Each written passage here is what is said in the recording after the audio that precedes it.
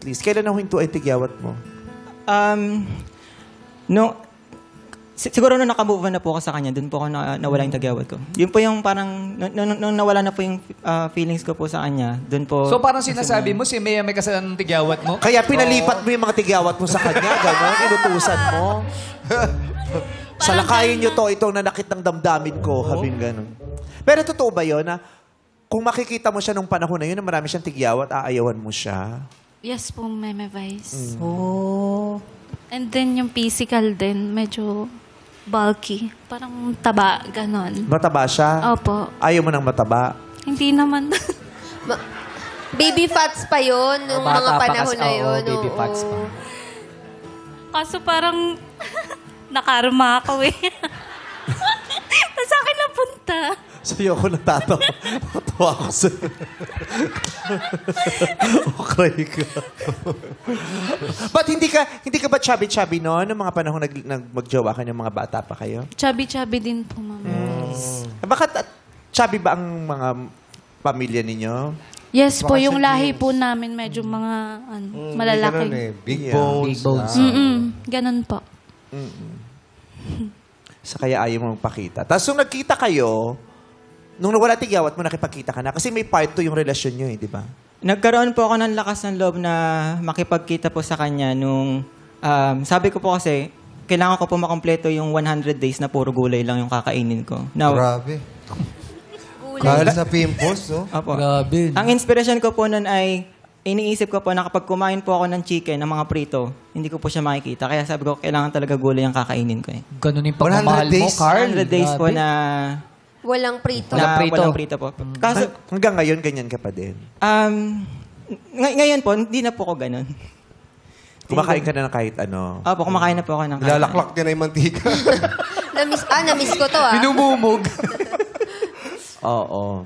So, nung nakita mo siya ulit, maayos-ayos na yung itsura niya, binalikan mo siya. Yes po, Meme Vice. Kasi yung mga sacrifice niya for me is sobrang parang, alam mo yung maano ka sa mga pinagagawa niya na hindi mo makikita sa ibang lalaki.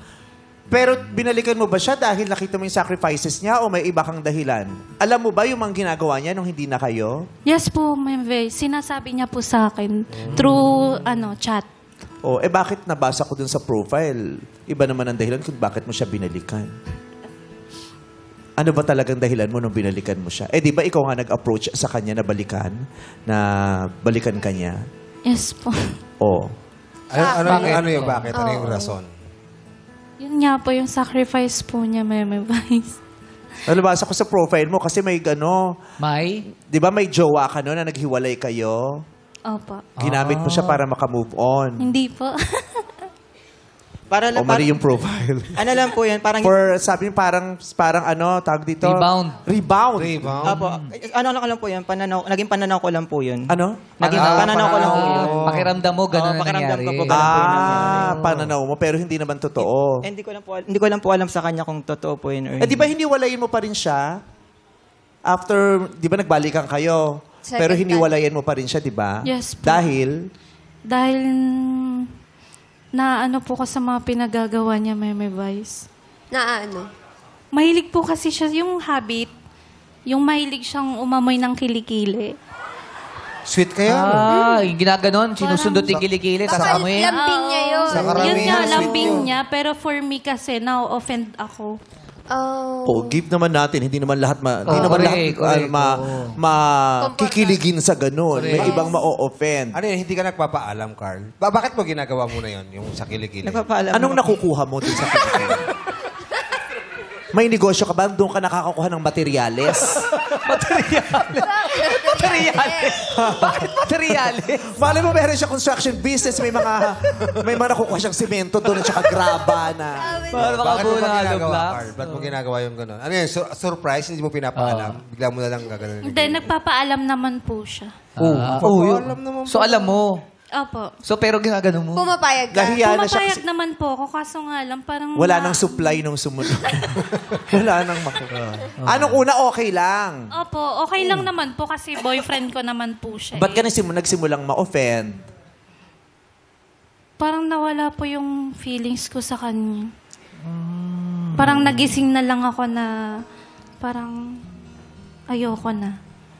Sino Yung kiliti- gumising sa'yo? Kasi yun nga yung nabasa ko parang hiniwalay niya kasi na-realize mo hindi mo naman siya gusto. Hindi, wala kang nararamdaman sa kanya. Hindi mo na siya love. Opo. Eh, bakit mo siya?